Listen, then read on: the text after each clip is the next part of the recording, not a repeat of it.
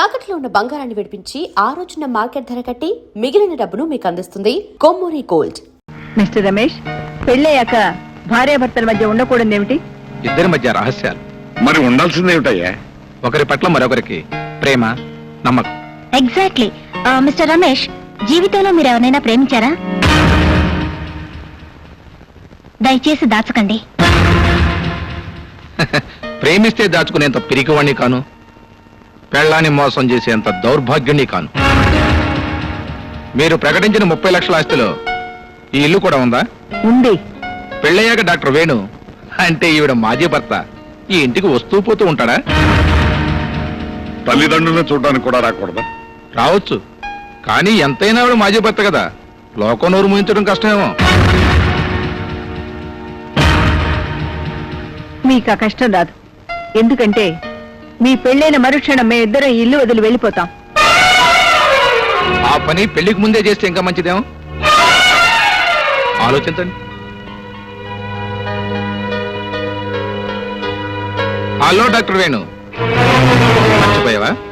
నేనే కల్తీ రమేష్ని. కల్తీ సర్ కోసం వచ్చా.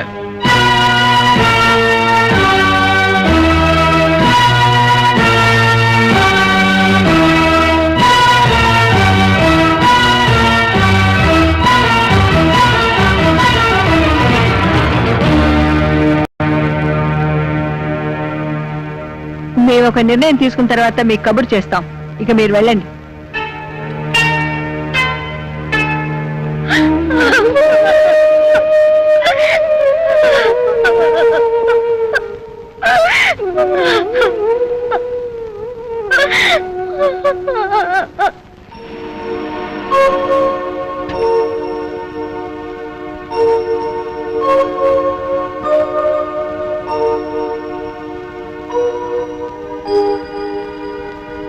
Good morning Priya. Good morning. ఏం డాడీ, ఇంటి దగ్గర ఏం తోచడం లేదా?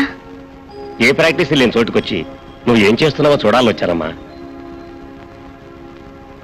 గతాన్ని తెలిసి విచారించకమ్మా, బ్రతకాల్సింది భవిష్యత్తులో.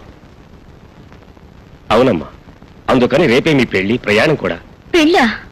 పెళ్లి ఇక్కడ ఎలా కుదురుతుంది డాడీ? అసలు ఆయన అమెరికాకు వచ్చేందుకు ఎలా కన్విన్స్ చేయాలో తెలియడం లేదు. ఇప్పుడున్న పరిస్థితుల్లో తప్పకుండా ఒప్పుకుంటాడమ్మా. ప్రాక్టీస్ లేని హాస్పిటల్ రావటం, వసంత మూలాన 10 మంది అతన్ని ప్రత్యేకంగా చూడటం తట్టుకోలేడమ్మా. అందుకే ఎలాగైనా కన్విన్స్ చేసి తీసుకెళ్దాం. I'm sure he will understand. ఇక పెళ్ళంటావా, ఏదో తప్పు చేసి పారిపోయినట్టు ఎందుకు వెళ్ళాలి? ధైర్యంగా అందరి ముందు పెళ్లి చేసుకుని వెంటనే బయలుదేరి వెళ్దాం. రేపు నైట్కి టికెట్స్ కూడా బుక్ చేశాను. ఈలోగా మెంటల్గా అతను ప్రిపేర్ చేయి. చూడు, పెళ్లి ఏర్పాట్లా నేను చూసుకుంటాను. ఓకే?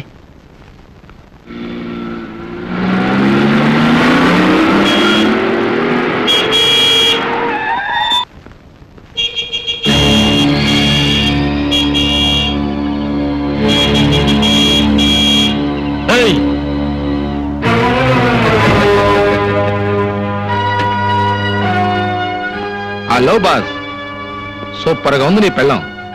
రాత్రుళ్ళు నిద్రపట్టం లేదు. కాస్త రికమెండేషన్ లెటర్ రాసు.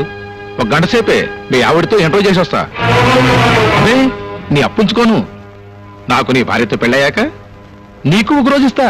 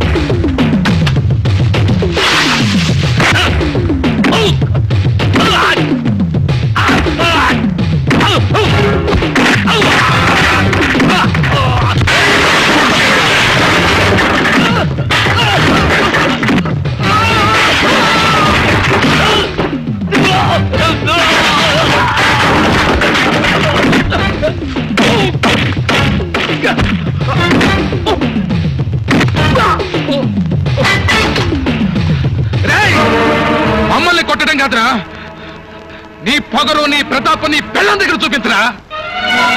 నీకే దమ్ముంటే నీ పెళ్ళం విడాకులు తీసుకోకముందే మొగుడు కావాలని పేపర్కి ఎందుకు ఎక్కుతుందిరా? నాకు పెళ్ళం ఉందిరా, అది రోడ్డున పోయేవాడిని కన్నెత్తి చూస్తే దాని గుడ్లు పీకేస్తాను. నాలాగా నువ్వు మగాడివైతే ఇంట్లో ఆడదాన్ని అదుపులో పెట్టుకోరా. అరుస్తున్నారు, ఏం జరిగింది? ఏం జరిగినా నీ వల్లే జరిగింది. దీనికి అంతటికీ కారణం నువ్వే. నువ్వు చేసిన పని వల్ల 10 మందిలో నా పరువు పోయింది. మీ పరువు పోయే పని నేనేం చేశాను? మీరు కాదంటే నేను మరో నీడ వెతుక్కుంటున్నాను అంతేగా. మీరు తిని పారేసిన విస్తరాకు ఎలా ఎగిరిపోతే మీకే. Shut up! నీ పిల్లల్ని నేను పెళ్లి చూపులు చూశాను, నాకు నచ్చింది, బాగా కోఆపరేషన్ చేస్తున్నాను 10 మంది వెక్కిరిస్తుంటే మీరు తట్టుకోగల శక్తి ఏ బాగాడికి ఉండదు. అవును, మరో ఆడదాని పక్కలో మొగుడిని చూసి తట్టుకునే శక్తి ఆడవాళ్ళకు ఉండాలి అంతేగా మీరు అనేది. అది ఎందుకు జరిగిందో, ఎలాంటి పరిస్థితుల్లో జరిగిందో కూడా చెప్పాను. చెప్పినంత మాత్రాన నా గుండె మంట చల్లారిపోతుందా? ఇంట్లో ఆడదాన్ని కాదని తిరిగే ప్రతి మగాడి భారీ మనసు ఓ అగ్నిగుండమే. భర్త ఇష్టపడే ఆడదానిలో ఉన్నదేంటి, తనలో లేనిదేంటి అనే భావం ప్రతి ఆడదాని గుండెని రంపోలా కోసేస్తుందండి. ఆ బాధ అనుభవించే ఆడదానికే తెలుస్తుంది. ఏం బాధపడ్డా నాకు విడాకులు ఇవ్వడానికి అంగీకరించిన తర్వాత ఈ ప్రచారాలు ఎందుకు, ప్రకటనలు ఎందుకు? మరో భర్త కోసం. ఏ చేసుకోవద్దంటారా? చేసుకోకుండా మిమ్మల్ని ప్రియని కలిపి సుమతి లాంటి పతివ్రతాన్ని పేరు తెచ్చుకోమంటారా? మీ మగవాళ్ళు శ్రీకృష్ణులా ఉండాలి, ఆడవాళ్ళు మాత్రం సీతలా ఉండాలి అంతేగా. నేను చాలా పొరపాటు చేశానని నాకు ఇప్పుడు అర్థమైంది. మట్టి పిసుక్కుంటూ బతికేదాన్ని మహాను. నిజమే, నన్ను మహారాణిని చేశారు. ఎంతవరకు? మీ మనసులో ఉన్న పట్టపురాణి తిరిగి వచ్చే వరకు. ఆ తర్వాత నన్ను వేషం విప్పేసి వెళ్ళిపోమన్నారు. రేపు మరో రాణి వస్తే తను కూడా మాజీ రాణి అయిపోతుందని తెలుసుకోలేకపోతుంది ఆ ప్రియ. వసంత వసంత అని కాదు, వసే ఆర్దానా అని పిలవండి. ఈ ఆర్దైనా ఒకటే. యుగాలు మారినా ఆర్దాని చరిత్ర మారలేదు. తన గొప్పతనం కోసం పెళ్లాన్ని అడవికి పంపినవాడు ఒకడు, తన వ్యసనం కోసం పెళ్లాన్ని జోదం ఆడినవాడు ఒకడు, తన మాట నిలబెట్టుకోవడం కోసం పెళ్లాన్ని అమ్మేసినవాడు ఒకడు. వాళ్లే మీ మగాళ్ళకి ఆదర్శం. ఆర్దాన్ని ఎప్పుడూ ఒక వస్తువుగానే చూస్తున్నారు. నువ్వు హద్దు మీరు మాట్లాడుతున్నావు. అదే అదే ఆ హద్దుల్లోనే మీరు ఆడదాన్ని ఉంచుతున్నారు. ఆడది నోరు విప్పితే నీటి తప్పిన మీ బతుకులు బజార్ను పడతాయని మీకు భయం. అందుకే ఆడదానికి పాతివ్రత్యపు సంఖ్యలు బిగించి మగాడు మాత్రం తిరుగుబోతవుతున్నాడు. అంటే నేను తిరిగిపోతున్నా? భార్యను వదిలేసి మరో ఆడదాంతో తిరిగే మగాడిని అలాగే అంటారు. మరొక్క మాట మాట్లాడబట్టే చంపేస్తాను. నన్ను చంపడానికి కొట్టడానికి మీకే అధికారం ఉంది. నువ్వు నా పెళ్ళానివి. విడాకుల పత్రం మీద నా చేత వేలిముద్ర వేయించిన నాడే మన బంధం తెగిపోయింది. కోర్టులో విడిపోయేదాకా నువ్వు నా పెళ్ళానివి. తలుచుకుంటే నేనేమైనా చేయగలను. ఏం చేస్తావు? పెళ్ళమైనా సరే ఇష్టం లేకుండా చేయవేయడానికి వీలేదు. వదలండి. వదలను. ఏం చేస్తావే? మీరేం చేసినా నోరు ముసు కూర్చోడానికి నేనేం పాత వసంతరు కాను. పశువులా ప్రవర్తించకండి. నువ్వు బ్లడీ నన్ను పశువు అంటావా? పశువులాగా ప్రవర్తిస్తాను.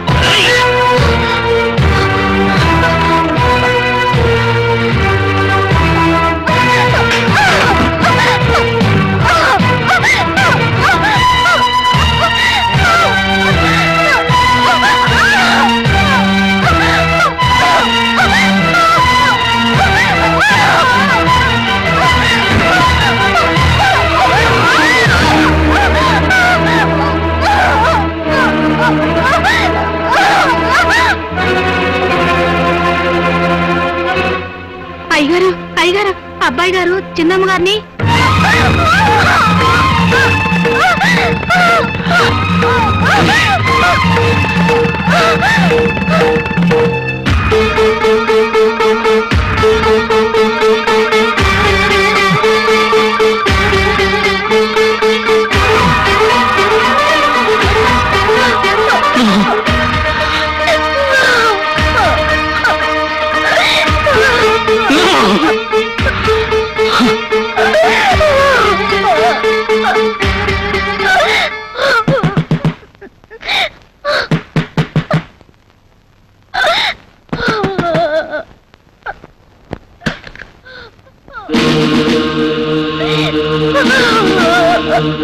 ఇన్స్పెక్టర్, ఆ రాస్కల్ ఆయన్ని బలవంతం చేయబడారు. Arrest him. సార్, వాళ్ళిద్దరు భార్యాభర్తలు కదా? ఎస్, కలిసి ఉంటే వాళ్ళ భార్యాభర్తలే, అది కాపురమే. కానీ విడిపోవాలని విడాకులకు అప్లై చేసినప్పుడు కోర్టు దృష్టిలో అది బలాత్కారమే అవుతుంది. Please arrest him. ఆగండి ఆగండి ఇన్స్పెక్టర్ గారు.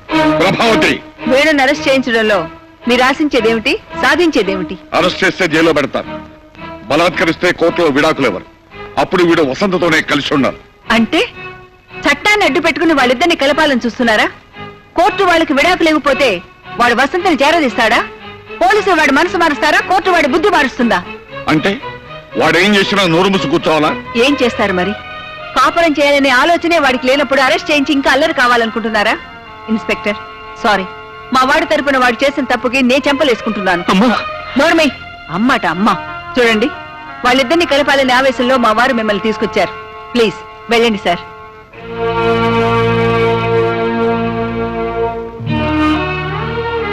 అమ్మా వసంత, ఇలాంటి రాక్షసుని కన్నందుకు తొలిసారిగా చేతులెత్తి క్షమించమని వేడుకుంటున్నానమ్మా. నన్ను క్షమించు.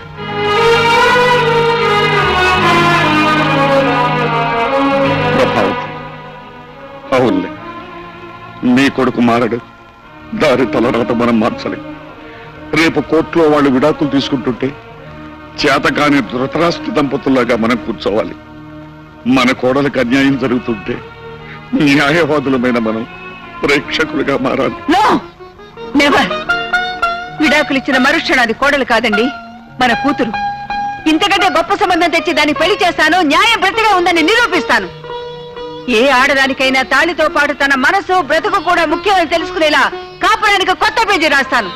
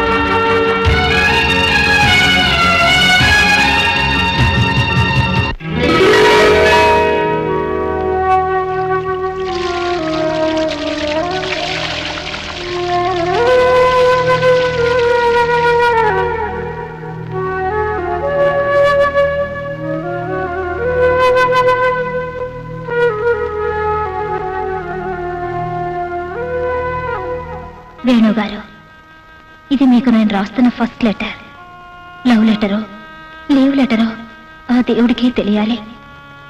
ఇంతకాలం మీలో మార్పు వస్తుందనే ఆశ నాకు ఊపిరై బ్రతికాను. రకరకాల ప్రయత్నాలు చేశాను. ఎలాగైనా మిమ్మల్ని సొంతం చేసుకోవాలనే వెర్రి ఆశతో కావాలని నిన్న రాత్రి మిమ్మల్ని అలా రెచ్చగొట్టాను. నా ఆఖరి ప్రయత్నంలో కూడా నేను ఓడిపోయాను. 100 ఏళ్లు పచ్చగా మీతో కాపురం చేయాలనే కల మంచు పువ్వులా కరిగిపోతోంది. ఇక నా గురించి అనవసరం. ప్రియ మీకు రాసి పెట్టుందనుకుంటాను.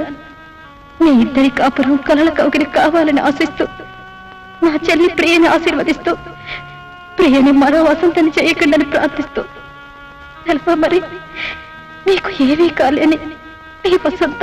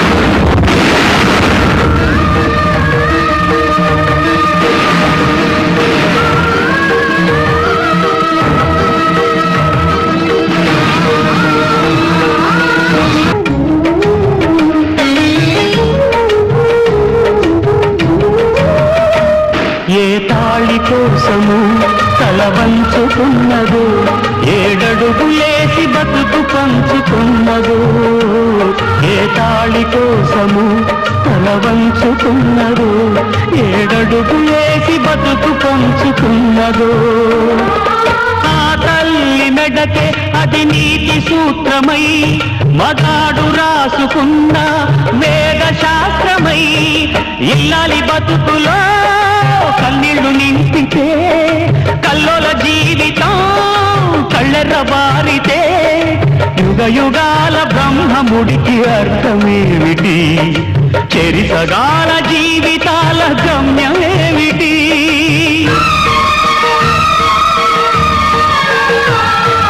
కళ్యాణం వైభోగం, కళ్యాణం వైభోగం.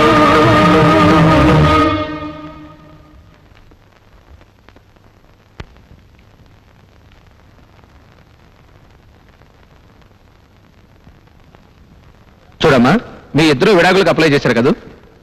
అవును. సంవత్సరం గడిచిన తర్వాత కూడా విడాకులు తీసుకోవడానికి మీకు సమ్మతమేనా?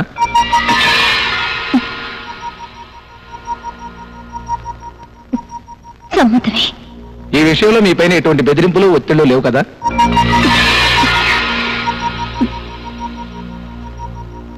లేవు. డాక్టర్ వేణు, మీరు కూడా విడాకులకు అప్లై చేశారు కదా? చేశాను. విడాకులు తీసుకోవడానికి మీ పూర్తి సమ్మతమేనా?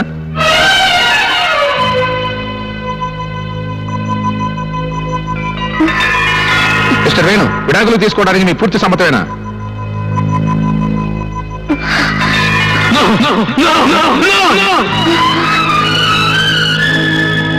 నా భార్య నాకు కావాలి, నా భార్య నాకు కావాలి, నా భార్య నాకు కావాలి. వసంత నేను వదులుకోదు, వసంత నుంచి నేను విడిపోలేను, వసంత నేను వదులుకోలేను. వసంతకి నేను విడాకులు ఇవ్వను, వసంతకు నేను విడాకులు ఇవ్వను, వసంతకు నేను విడాకులు ఇవ్వను.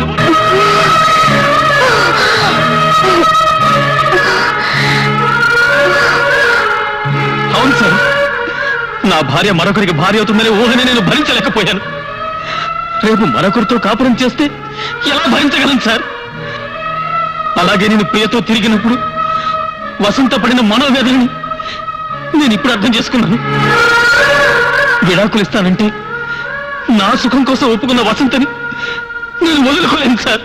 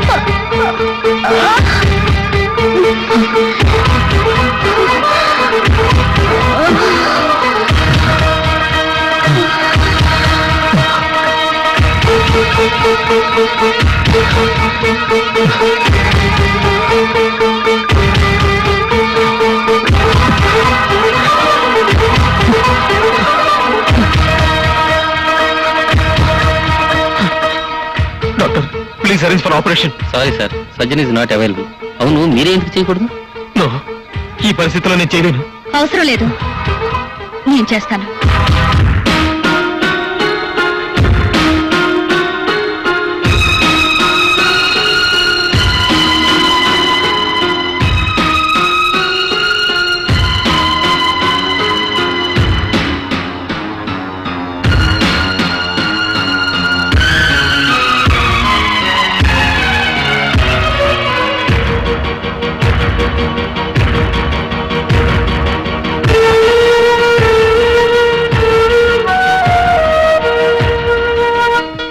ఇంతకాలం మీలో మార్పు వస్తుందనే ఆశ నాకు ఊపిరై బ్రతికాను. రకరకాల ప్రయత్నాలు చేశాను. ఎలాగైనా మిమ్మల్ని సొంతం చేసుకోవాలనే వెర్రి ఆశతో కావాలని నిన్న రాత్రి మిమ్మల్ని అలా రెచ్చగొట్టాను. నా ఆఖరి ప్రయత్నంలో కూడా నేను ఓడిపోయాను. అందుకే నీ ఇంటికొచ్చి నీ భార్యలు చంపైనా సరే నిన్ను తీసుకొచ్చేద్దామనిపిస్తుంది.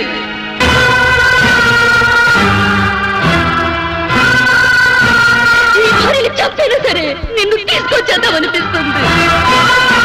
నీ భార్యలు చంపైనా సరే నిన్ను తీసుకొచ్చేద్దామనిపిస్తుంది.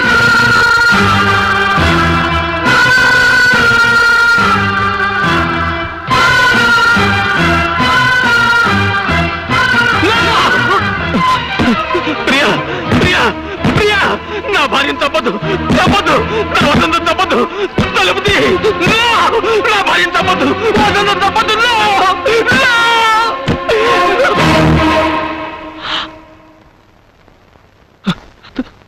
She's all right, Venu.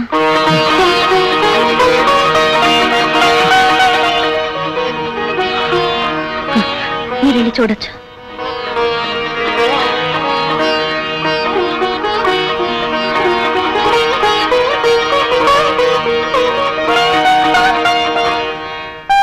ఏ ఆడదైనా తనకు శ్రీవారు కావాలనుకుంటుంది. తన శ్రీవారికి తనే ప్రియురాలుగా ఉండాలనుకుంటుంది.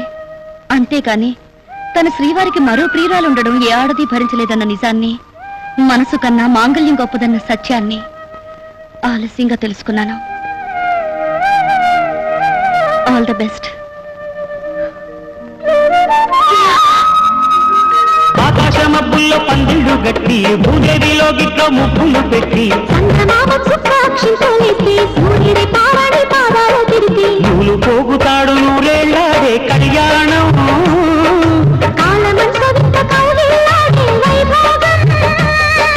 చెయ్యాలి నిండు వెయ్యల పండుగ.